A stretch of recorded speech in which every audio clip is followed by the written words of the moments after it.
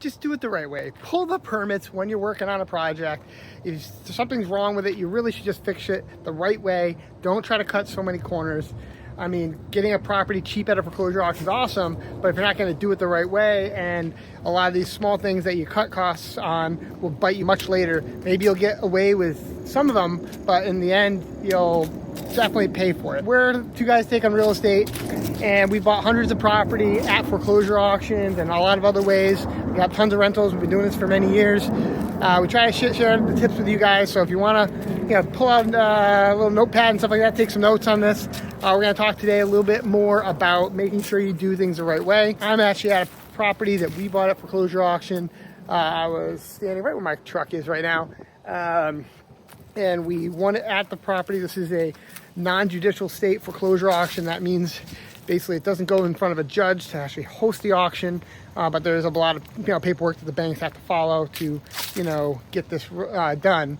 And this one was occupied, which, like I've said in some of our other videos, it can be really trying to get these people out. Luckily, this was something where it didn't, it wasn't that bad to get these people out. We actually got them out probably within a week of taking title, so that's awesome.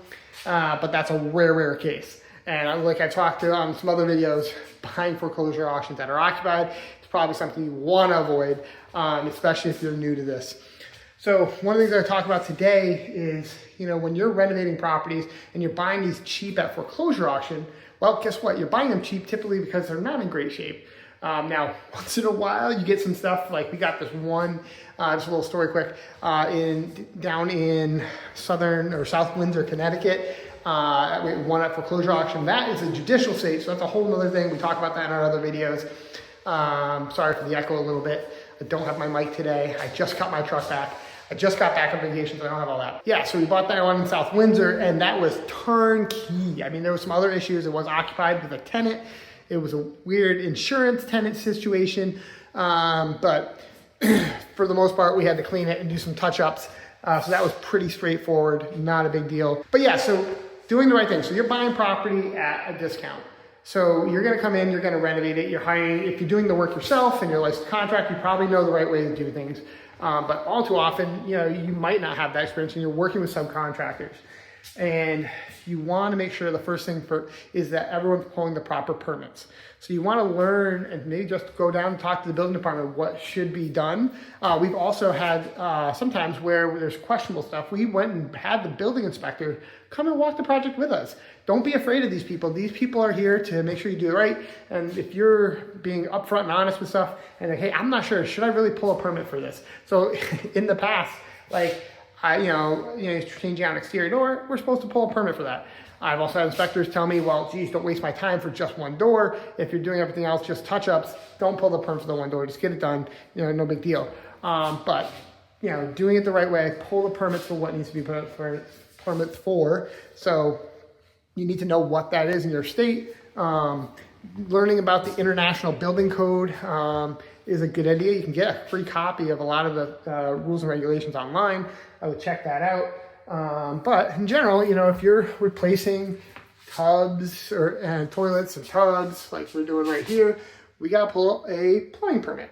And so you want to make sure there's a plumbing permit. So just kind of explaining permits, first off, is there's generally an overarching building permit. So you have a building permit that says you're doing work, you're going to do some plumbing, electrical, maybe you're changing cabinets, adding a roof, replacing a roof, adding some exterior doors, windows, whatever it might be. You have it all listed on your general permit for the building department. So that's your general contractors doing that and pulling that permit.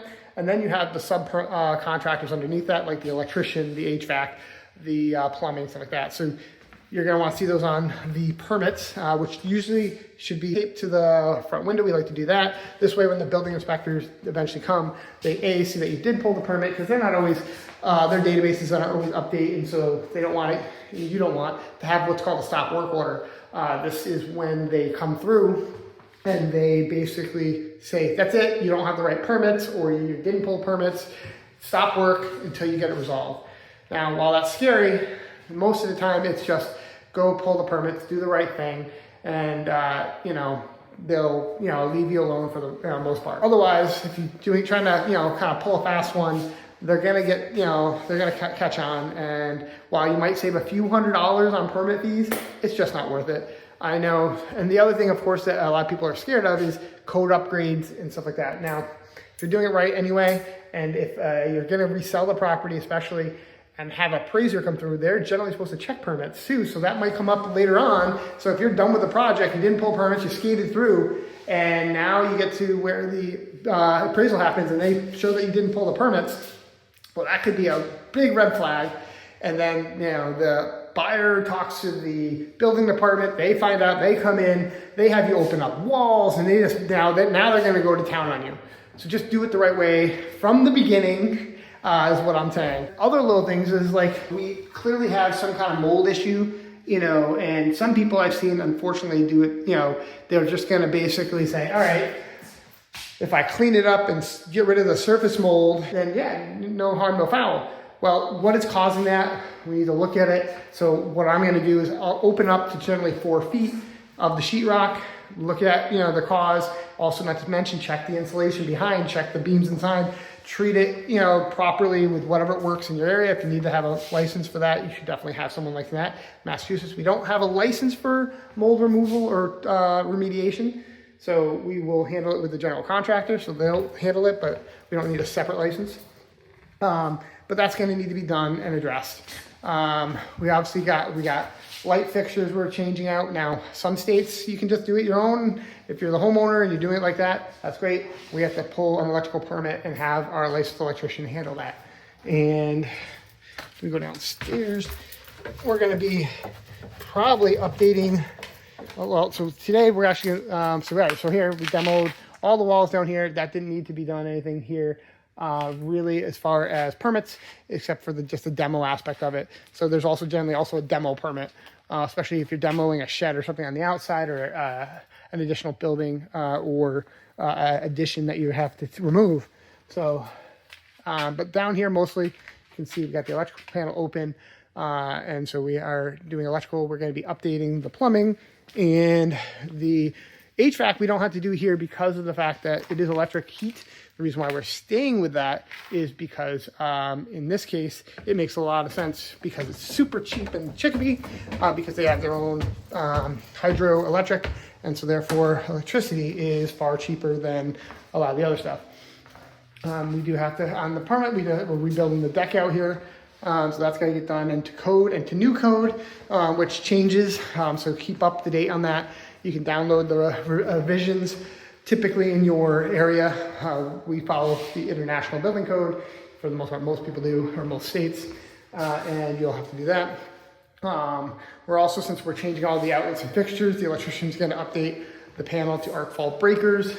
That's going to be another thing. That's a newer code that's really a pain in the butt, to be honest.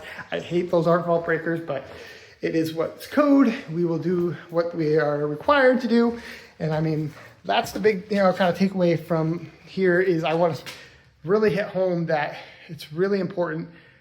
Just do what's required. Talk to the building department, talk that, do what's right, because you don't want it biting you in the butt later on, which I'm telling you right now, we've had it happen. And I'm not going to say early on when we first started, yeah, we probably, avoided some permits, or we tried to do things a little differently. So we did, early on, not the right necessarily over things, and we got kind of spanked or hand slapped on it from a couple inspectors. I mean, this was 18, 19 years ago. And since then, though, we're pulling permits, we're doing left. I am licensed general contractor in Mass and Connecticut, and so we kind of, either if I pull the permit or the other contractors pull the permits, we just make sure it's done the right way. And when we see something that should be addressed, especially when you have a lot of rot on the outside, we want to open up the inside walls. It's just something to do. It's the right thing to do. Check it. Don't just patch it up and think out of sight, out of mind. Don't do that. Because once again, you want a good reputation if you're flipping houses, or even if you're renting houses. You don't want someone getting sick or something happening the wrong way.